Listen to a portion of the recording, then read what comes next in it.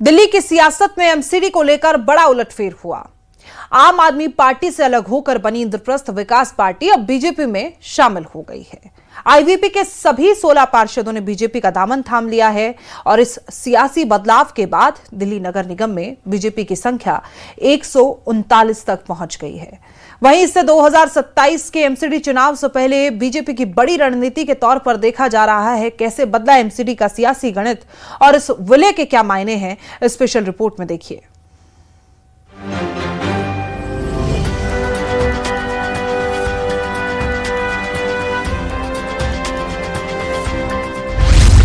BJP में इंद्रप्रस्थ विकास party का विलय। आईवीपी के 16 पार्षदों के साथ हुआ विलय। एमसीडी में बढ़ी बीजेपी की ताकत।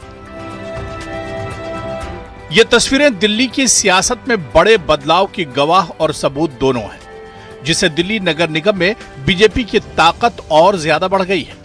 बीजेपी दफ्तर में सीएम रेखा गुप्ता और बीजेपी के प्रदेश अध्यक्ष हर्ष मल्होत्रा की मौजूदगी में इंद्रप्रस्थ विकास पार्टी के सभी 16 पार्षदों ने शुक्रवार को बीजेपी का दामन थाम लिया। ये वही पार्टी है जो आम आदमी पार्टी के बागी पार्षदों ने साल 2025 में मिलकर बनाई थी। सीएम रेखा गुप्ता और दिल्ली बीजेपी अध्यक्ष ने सभी को बीजेपी का पट्टा पहनाकर और मिठाई खिलाकर बीजेपी में स्वागत किया। बेहतर करना है, दिल्ली को खूबसूरत करना है, क्लीन दिल्ली, ग्रीन दिल्ली पे काम करना है और पार्टी इसमें बहुत ही सजग है। हमें भी उन्होंने उसी तरीके के काम के लिए बोला है। जीरो टॉलरेंस ऑन भ्रष्टाचार, मेहनत के साथ काम करते हुए दिल्ली को आगे बढ़ाना, यही हमारा माध्यम है जिस रास्ते पे हमको चल के काम करना है। मेरी ओर से ढेर सारी बधाई मुकेश भाई, हेमचंद जी, आपकी पूरी टीम को।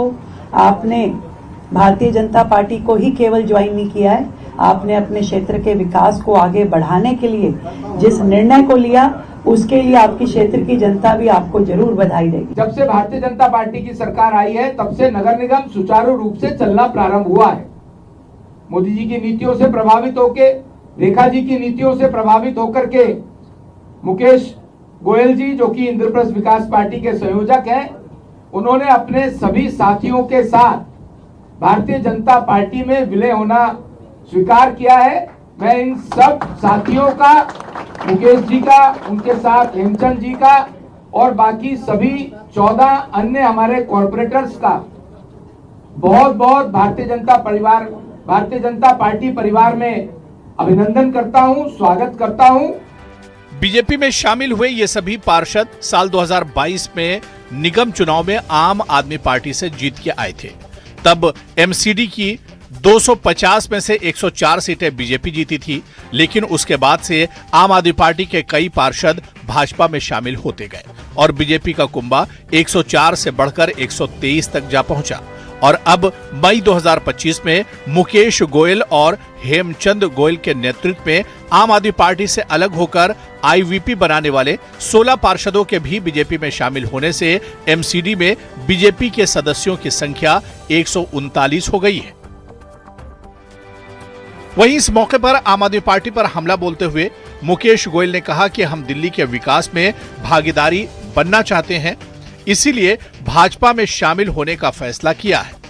हम तन मन धन से दिल्ली की जनता, दिल्ली के विकास और बीजेपी के लिए काम करेंगे।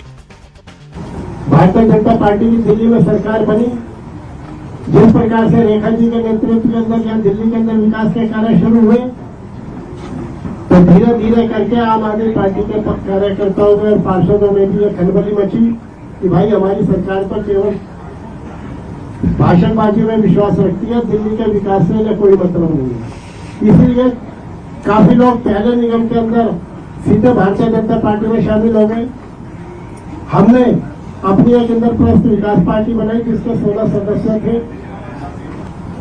हर्ष मल्होत्रा जी के नेतृत्व में, रेखा गुप्ता जी के नेतृत्व में देश के अंदर प्रधानमंत्री मोदी जी के हाथ मजबूत करने और हमें अपनी दिल्ली का विकास करवाना है। और इसी को सोचते हुए हमने यह कदम उठाया। हमारी पार्टी की मीटिंग हुई, उस पार्टी के अंदर सर्वसम्मति से यह निर्णय हुआ कि हमारे 16 के 16 पार्षद भारतीय जनता पार्टी के अंदर विलय करेंगे।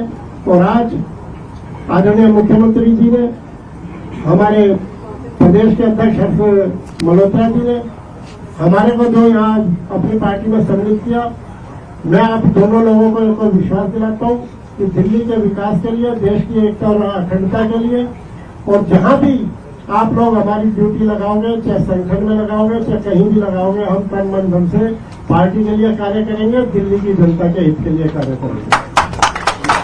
आईवीपी के बीजेपी में विलय को 2027 में होने वाले एमसीडी चुनाव के लिए बीजेपी के तैयारी के तौर पर देखा जा रहा है, जहां मौजूदा सूरत में आम आदमी पार्टी ही उसके सामने खड़ी दिखाई दे रही है।